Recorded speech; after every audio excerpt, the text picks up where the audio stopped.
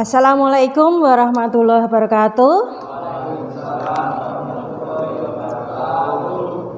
Baik, anak-anakku semuanya, alhamdulillah wa syukurillah bahwasanya pada pagi hari ini alhamdulillah kita masih diberi kesempatan untuk bisa hadir bersama dalam kajian ilmiah hari ini. Sholawat serta salam semoga tercurahkan kepada junjungan kita Nabi besar, Nabi agung Muhammad Shallallahu Alaihi Wasallam. Baik, untuk menyingkat waktu, kali ini Bu Sani akan memberikan bagaimana jadi orang sukses. Tips bagaimana jadi orang sukses.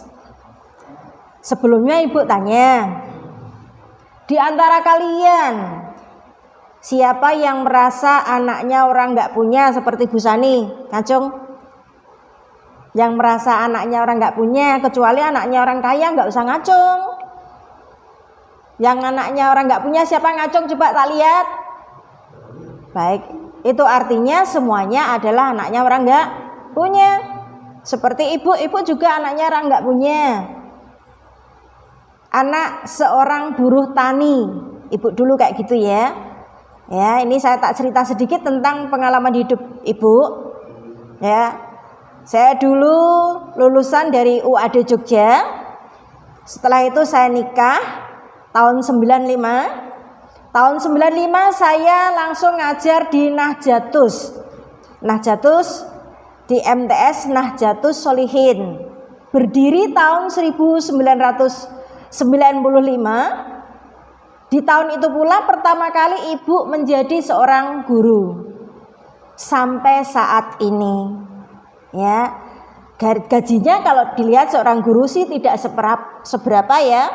Tapi kalau dilihat barokahnya, nah insya Allah ini barokah untuk anak, untuk keluarga, sehingga nanti akan menjadikan anak-anak menjadi sukses.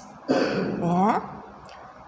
Anak-anakku semuanya, baiklah, saya akan berikan tips yang pertama. Tips yang pertama, bagaimana kita akan menjadi orang yang sukses? Yang pertama adalah harus rajin.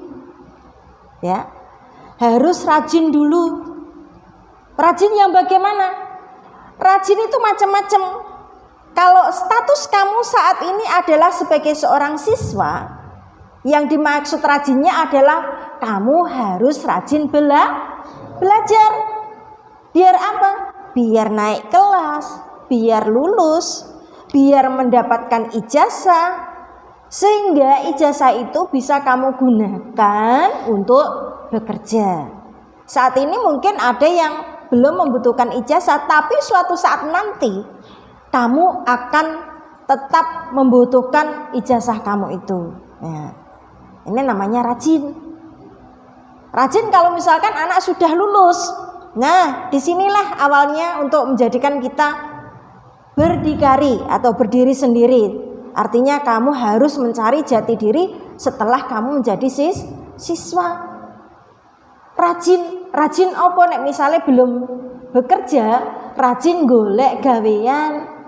Jangan sungkan-sungkan, jangan bosan-bosan, cari itu. Ya. Pekerjaan apapun yang penting halal. Jangan kamu berpikiran yang namanya pekerjaan halal itu mesti di kantor terus, di instansi saja, di luar itu semuanya enggak misalkan enggak halal. Salah. Seorang ojek pun juga halal. Hasilnya halal. Seorang kuli batu pun hasilnya juga halal. Nah, kalau kita bekerja dengan menghasilkan keringat sendiri itu hasilnya jauh lebih barokah untuk diri kamu dan keluarga. Nanti kalau kamu sudah berumah tangga. Kayak gitu nggih. Itu yang pertama. Yang kedua adalah jangan lupa juga berdoa. Ya, harus ada keseimbangan. Urusan dunia akhirat harus seimbang. Berdoa, jangan bosan-bosan kamu berdoa kepada Allah. Baik kamu saat itu misalkan mendapatkan hasil yang sedikit, atau kamu lagi diuji yang tidak enak, atau bahkan kamu mendapatkan hasil yang banyak, atau bahkan kamu mendapatkan suatu kebahagiaan, atau bahkan kamu belum mendapat apa-apa, atau bahkan kamu sudah punya segalanya, atau bahkan kamu tidak punya apa-apa sekalipun, jangan lupa kamu berdoa. Ini penting, Nak.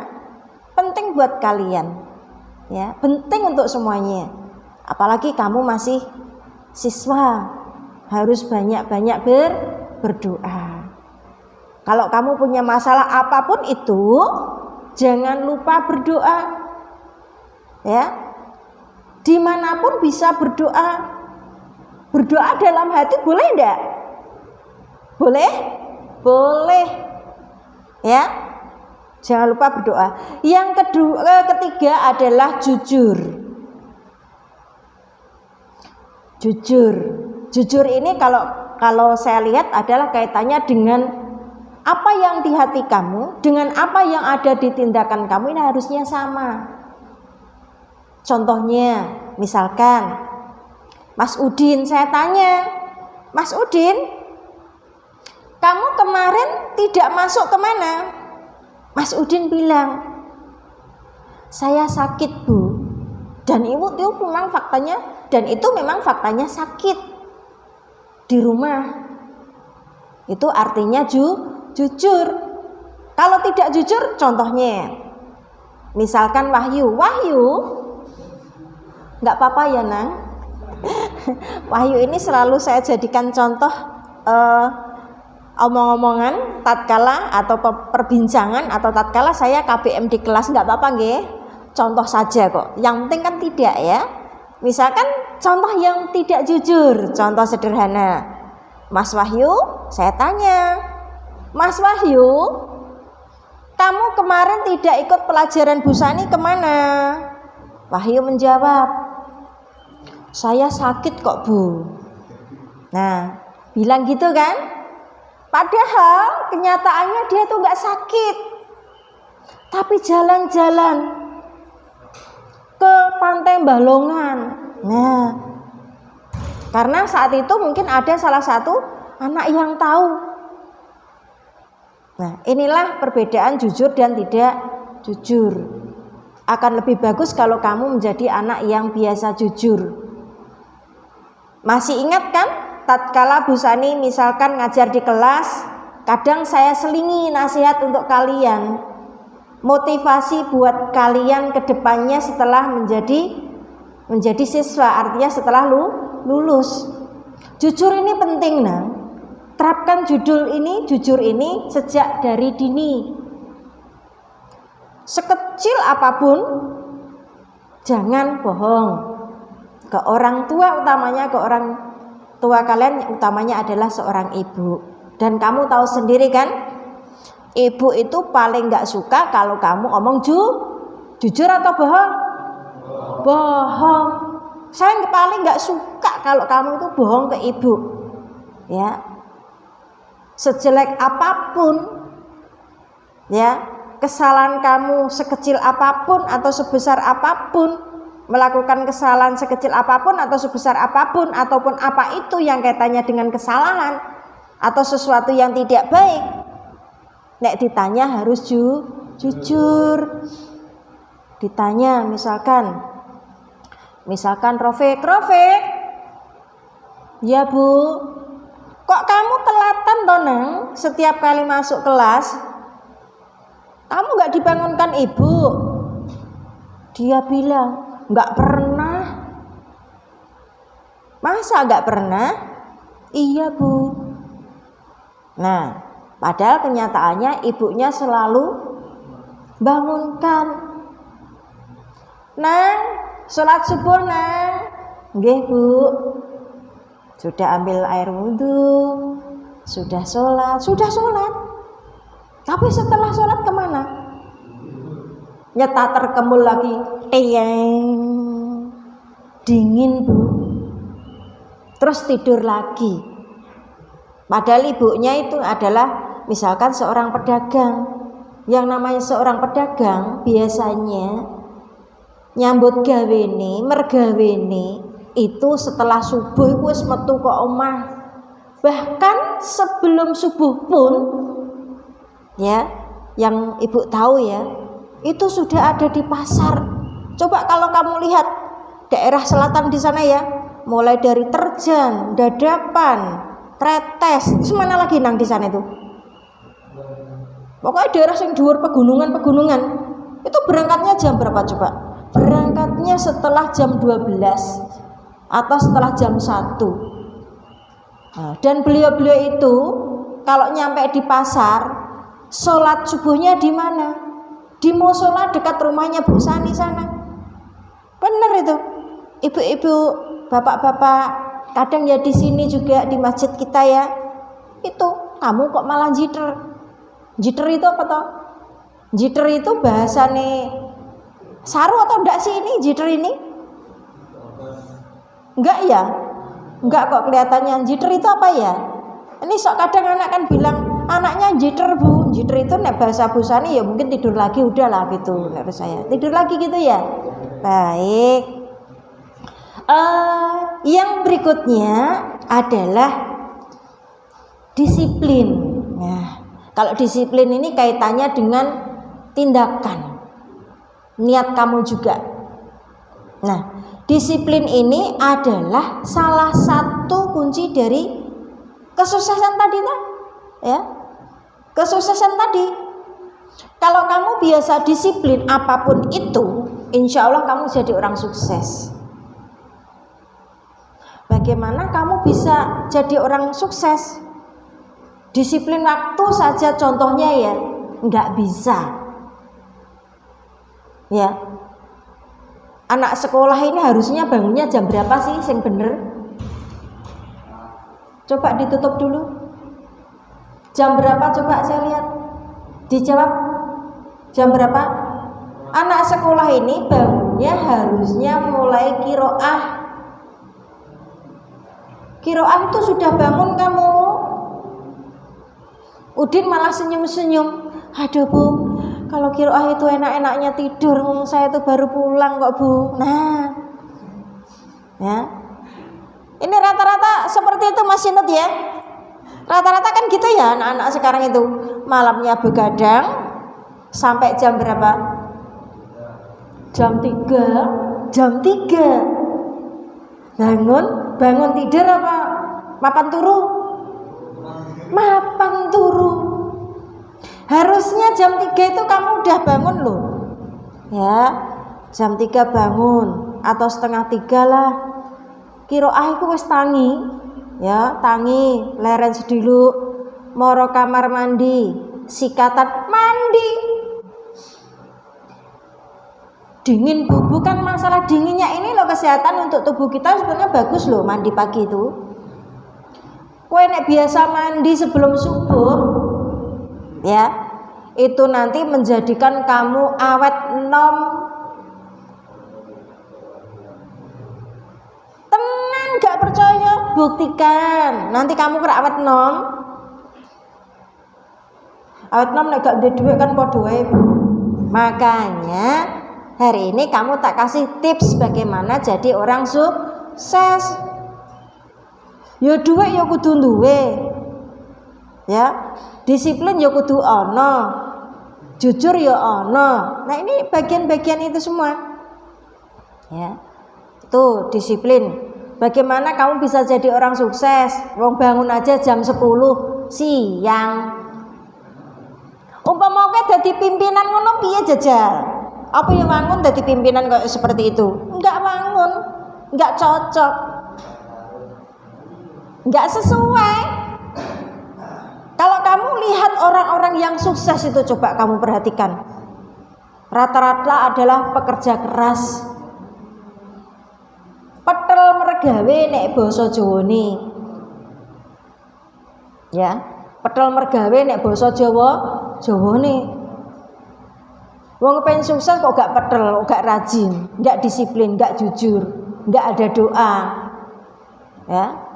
Dan masih ada tips lain, ya nggak bisa toh. Ini satu kesatuan yang memang tidak bisa dipisahkan. Yang berikutnya adalah adanya rasa sayang kepada orang tua. Nah, sekarang pertanyaannya, kalian sayang enggak sama kedua orang tua kamu? Dijawab coba. Kalian sayang sama orang tua kamu? Sayang, alhamdulillah. Sayang semuanya, mudah-mudahan ini tidak di mulut ya, tapi juga tumus ning ati. Sesuai dengan ning mulut ya iya, ning ati juga iya. Jangan selencong. Jangan nggak sesuai. Mulutnya bilang iya, tapi kenyataannya hatinya tidak. Aku rasa yang mbok bu, lagi ini nang. Jaluk sepeda motor wae ra ditumbasno second lah iku lho Bu. Nemen kok Bu. Jangan kayak gitu. Yang namanya orang tua itu ya, utamanya adalah seorang ibu. Sebelum kamu minta, wong tua iki wis mikir. Ya. Tahu seusia kamu rata-rata naik sekolah numpak sepeda motor. Hampir rata-rata semuanya toh. Raketang sepeda second. Raketang sepeda ora duwe nyawa. Maksudnya sepeda ora duwe nyawa iku piye to, Bu? Sepeda ora ana STNK-ne. Ora ana BPKB-ne.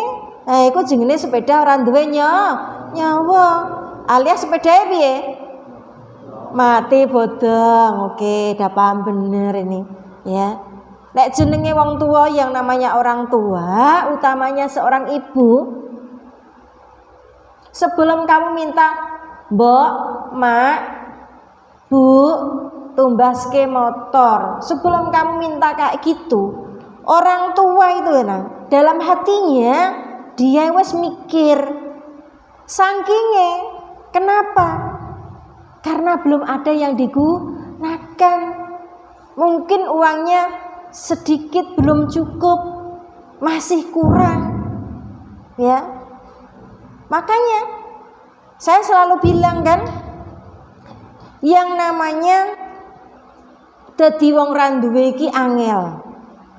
Dadi wong ra duwe iki sugih kaya apa ora duwe dhuwit. Wong ra duwe iki sugih apa ora duwe dhuwit? Ora duwe dhuwit. Tapi maknane sugih karo maknane wong ra duwe, nek maknane wong sugih iku secara umum orang melihat itu punya harta benda yang banyak.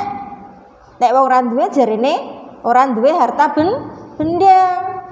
Tapi kalau orang nggak punya, ala Busani, menurut Busani, versi Busani, orang nggak punya itu satu. Sing jenenge wong ora duwe lara iki piye to? Wong ora duwe iki lara Busani. Betul nak, orang nggak punya itu sakit. Orang nggak punya versi Busani atau ala Busani adalah orang nggak punya. Kowe nek gak duwe wong tuwa sakit, lara, susah, nggih ta mboten? Ora ana sing mau jak omong, ape curhat ya bingung. Ape sambat karo wong tuane sapa? Wong tua gak duwe. Ya toh? Kamu gak punya pendidikan. Engko duk-dukane dibodoni wong. Maca ra iso, nulis ra iso. Atau sejenisnya. Ya ndak? Kowe ra ndek agama, ya ra dong. Engko ora ngerti hukume haram halal ra dong dan seterusnya. Nggih ta mboten? Nggih, kowe ra duwe bojo sok ben ya bingung. Bingung mboten? Bingung. Ora ana sing mau jak omong, ora ana sing gewekno kopi. Ora sing gewekno wedang. Nek sing wedok ora ana sing nafkahi. Terus ora duwe anak. Lara mboten? Lara. Yang seperti itu. Makanya Busani bilang yang namanya wong ra duwe iki lara, sakit.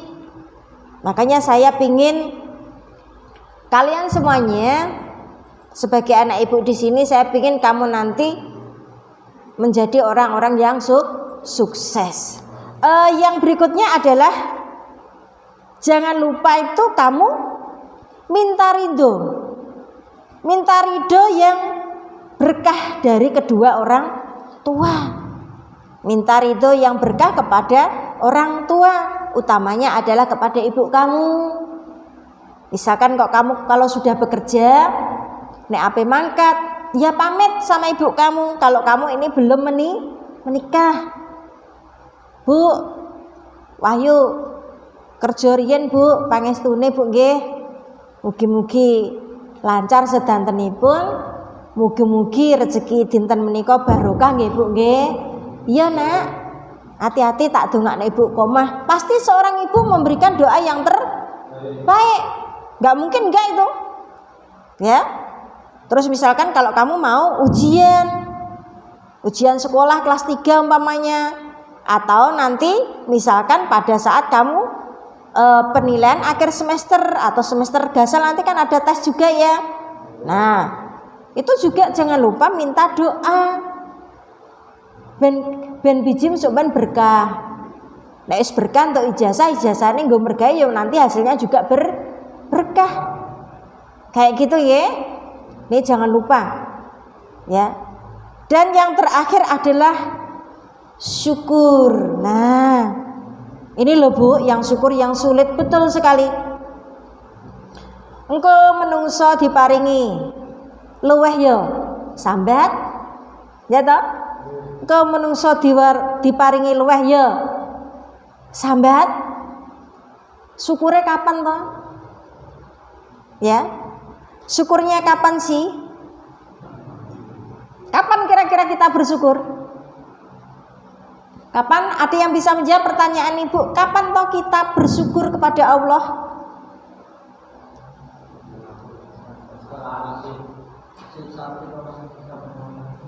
Syukurnya kepada Allah tidak terbatas. Bisa setiap detik, bisa setiap menit, bisa setiap jam. Selagi kita masih punya nafas, selagi kita masih bisa bernafas, itu artinya kita harus selalu mengucapkan rasa syukur. Sekalipun kamu misalkan ada di tingkat paling bawah atau terpuruk sekalipun, kamu juga harus bersyukur. Alhamdulillah, walaupun saya jatuh dari sepeda motor, alhamdulillah saya masih bisa berjalan. Itu kalau kamu kena musibah tetap bersyukur juga. Tapi jengene menungso kan enggak kayak gitu toh Bu. Iya, betul, enggak salah. Nek menungso itu rata-rata bersyukurnya kalau dikasih kebahagiaan, dikasih sesuatu yang lebih, dikasih sesuatu yang enak. Tapi tatkala dikasih sesuatu yang enggak enak, lali tau syukure, lali, lupa itu semuanya. Padahal apa yang Allah kasihkan ke kita, apapun itu, apapun yang ada pada diri kalian, termasuk nyawa sekalipun, itu adalah milik Allah. Semuanya adalah titipan. Seperti itu. Makanya kalian adalah generasi penerus bangsa. Coba hentikan, lereni hal-hal yang tidak baik kamu sebagai siswa. Contohnya hal-hal yang tidak baik yang bagaimana Bu? Contohnya adalah sing biasane blas gak melu pelajaran Bu Sani misalkan ya, hanya 3 kali umpamanya, ikut dilereni. Yang biasanya begadang sampai jam 3 baru tidur, dilereni. Terus yang biasanya suka bentak-bentak wong tua, utawane mbokmu, utawane ibu kamu, dilereni. Kan menciringi wong tua ngono masa enggak dosa? Dosa nang. Dosa banget. Betul itu. Ya. Ojo sampai ya kamu itu nanti cara mono bentak ibumu, menciringi, apalagi ya Allah ya Rabbi, jangan sampai. Na'udzubillah min dzalik. Seperti itu ya. Saya pingin kalian nanti meneruskan cita-cita ibu.